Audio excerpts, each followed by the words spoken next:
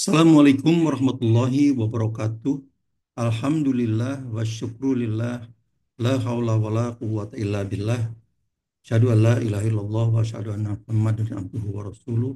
Allahumma sholli ala Muhammad wa ala ali Muhammad. Kali ini saya mengunggah konten di channel saya, Islamic Science Research Institute, agak lain dari yang biasanya. Biasanya saya mengupload konten-konten tentang penelitian sains Islam, tapi kali ini saya akan mengupload tentang konten eh, gejolak sosial yang timbul belakangan ini. Belakangan timbul gerakan perlawanan masyarakat, khususnya Gen Z dan kaum milenial akibat pengelolaan negara yang tidak menunjukkan perbaikan. Meskipun rejim telah berganti dari Joko Widodo ke Prabowo Subianto, tampaknya harapan agar Prabowo dapat memperbaiki kesemrawutan rejim Joko Widodo dalam 10 tahun pemerintahannya tidak sesuai dengan harapan kaum muda ini. Nah, itu persoalannya. Ketika kaum muda bergolak untuk menyeret mantan Presiden Jokowi agar diadili, mereka malah menyaksikan yel-yel Presiden Prabowo, hidup Jokowi. Jadi selain itu banyak kasus juga yang mengindikasikan kuatnya korupsi, kolusi, dan nepotisme di kalangan pejabat dan anak-anaknya tampaknya masuk peti es. Sehingga virallah perlawanan kaum muda berupa tagar Indonesia gelap dan kabur aja dulu, tagar kabur aja dulu. Sayangnya luapan rasa frustrasi yang seharusnya dihibur dengan rangkulan untuk mendinginkan hati anak muda ini malah ditanggapi dengan emosional oleh para petinggi negerinya. Misalnya oleh wamen tenaga kerja yang mengatakan kira-kira, ya silakan kabur aja dulu deh. Kalau perlu nggak usah kembali. Wah, ini kacau betul kalau seperti ini. Sungguhnya pesimisme dan rasa skeptis tentang masa depan Indonesia yang penuh dengan korupsi ini telah saya rasakan jauh-jauh hari. Sekitar 28 tahun yang lalu. 28 tahun yang lalu. Tidak saya pungkiri bahwa sebagai profesional, saya pernah juga terpaksa terlibat ya dengan praktek kotor ini pada masa-masa itu. Jadi sekitar tahun 90-an lah gitu ya. 92, 90 sampai 90. Karena rasanya memang hanya dengan cara itulah kita dapat hidup di Indonesia ini. Namun perlahan saya mulai sadar bahwa saya tidak boleh terlalu lama terbenam dalam dunia hitam ini. Pada tahun 2005-an saya memutus semua keterkaitan saya dengan proyek-proyek pemerintah. Karena semuanya itu kotor. Dengan resources yang tidak memadai pada 1997, saya mulai melakukan program pengiriman anak-anak saya ke luar negeri. Pada sekitar Maret 1997, saya mengirimkan anak pertama saya perempuan sekolah SMA di Australia. Lulus SMA di Australia, dia kuliah di National University of Singapore, dan saya berpesan, setelah lulus, bekerjalah di luar negeri. Nggak usah kembali ke Indonesia. Karena Indonesia itu penuh dengan korupsi. Jadi tantangan Wamenaker di atas bahkan sudah saya antisipasi sejak 28 tahun yang lalu. Namun ya usaha upaya saya memang memperoleh banyak tantangan lah. Sialnya pada 1998, kira-kira setahun kemudian, terjadi krisis ekonomi dan politik. Nilai dolar, tukar dolar yang tadinya hanya per $1 itu 1.900, ketika saya mulai mengirimkan anak keluar negeri itu naik menjadi 5.000 per dolar. Bahkan sampai sekitar 18.000 per dolar. Banyak teman-teman yang memiliki resources jauh lebih baik dari saya yang sedang menyekolahkan anak-anaknya kuliah di Singapura, di Australia, di Eropa, menarik mereka pulang. Tapi saya tidak mau menyerah. Saya justru melakukan negosiasi yang ketat dengan sekolah anak saya di Australia. Alhamdulillah, anak saya selamat lulus SMA di Australia, kemudian menyelesaikan kuliah S1 di bidang humaniora di National University of Singapore. Di tengah keterbatasan resources yang saya miliki, alhamdulillah, anak saya dapat mencapai peluang untuk memperoleh sumber-sumber keuangan selama kuliah di Singapura.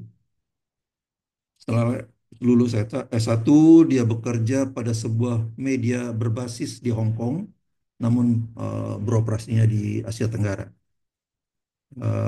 Ya headquarternya di Hong Kong, tapi di anunya kantornya di Singapura. Usia kurang dari 30 tahun, anak saya ini telah berkeliling dunia. Mungkin umur-umur 28, 27 tahun itu. Sudah berkeliling dunia karena profesinya itu. Saya yakin ini merupakan pengalaman yang sangat berharga yang jarang dialami oleh anak muda seumurnya. Dan saya melihat ini sebagai nilai yang jauh lebih berharga daripada tumpukan kekayaan, apalagi jika hasil korupsi. Anak pertama ini kemudian memperoleh beasiswa S2 dalam bidang public policy, juga dari NUS. Kalau nggak salah dari Lee Kuan Yew School of Public Policy, kalau nggak salah itu. Dan sambil bekerja, insya Allah saat ini dalam tahap akhir menyelesaikan S3-nya juga dalam bidang climate change, juga dari National University of Singapore. Meskipun dia sekarang tinggal di Berlin, Jerman. Jadi total dia sudah meninggalkan Indonesia itu mungkin 28 tahunan lah. Oke.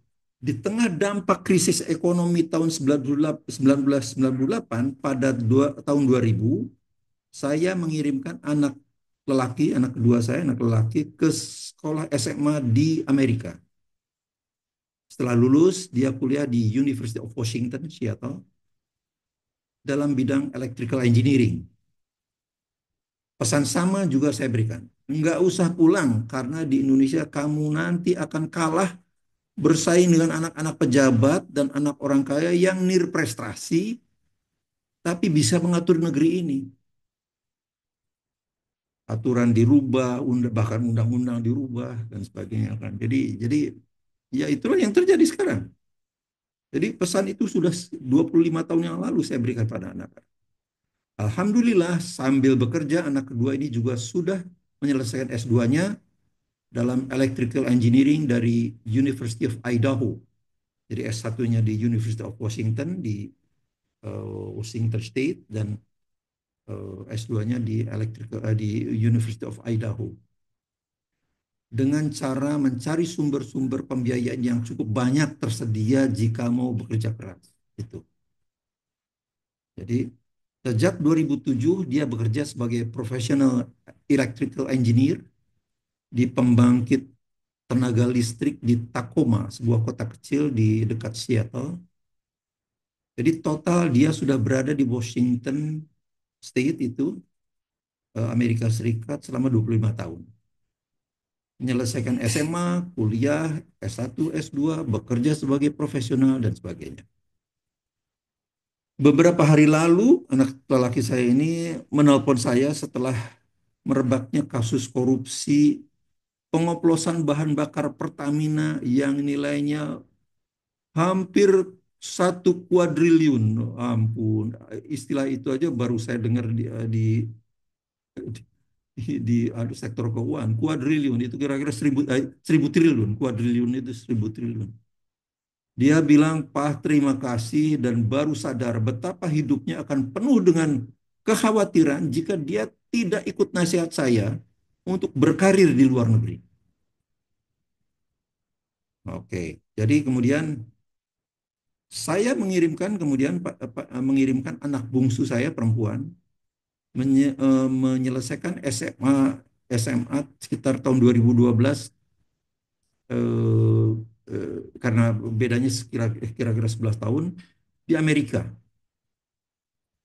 Jadi setelah menyelesaikan SMA di Minnesota, dia masuk ke sebuah community college untuk memperoleh professional degree. Kalau di sini barangkali kayak semacam politeknik lah gitu ya, D2 di Seattle bersama-sama dengan kakaknya. Sayang kemudian saya pensiun sebagai profesional pada 2015, sehingga dia harus transfer melanjutkan studinya di Teknik Mesin ITB. Jadi tingkat 3 dan 4-nya di ITB. Jadi sekarang ini, saat ini sudah sekitar 5 tahun dia bekerja sebagai mechanical engineer di sebuah industri otomotif di Jepang. Namun memang kemewahan yang Allah berikan, karuniakan pada saya dan keluarga tampaknya tidak banyak dinikmati oleh kawan-kawan saya.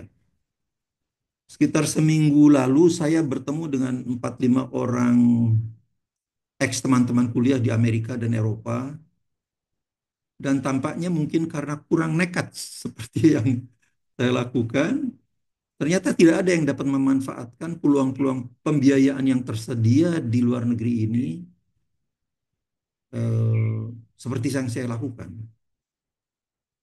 Jadi inti yang ingin saya share dengan kaum muda ini adalah, dengan pengalaman yang saya alami sendiri, jika kalian mau bekerja keras, jalan itu sebetulnya selalu terbuka. Sebagai orang tua yang mengalami sendiri, dalam mengawal bagaimana anak-anak saya berjuang keras mencukupi dirinya sendiri untuk kuliah dan kemudian berkarir di luar negeri, rasanya saya ingin mendukung secara moral niat kaum muda untuk kabur dulu dan berkarir di luar negeri. Ya. Namun saya pesan, tekad yang kuat saja memang tidak cukup. Persiapan yang baik dalam bahasa, ingat bahasa itu bukan saja untuk menangkap mata kuliah apa pelajaran di sekolah atau di universitas, tapi kita kalau sewa rumah harus eh,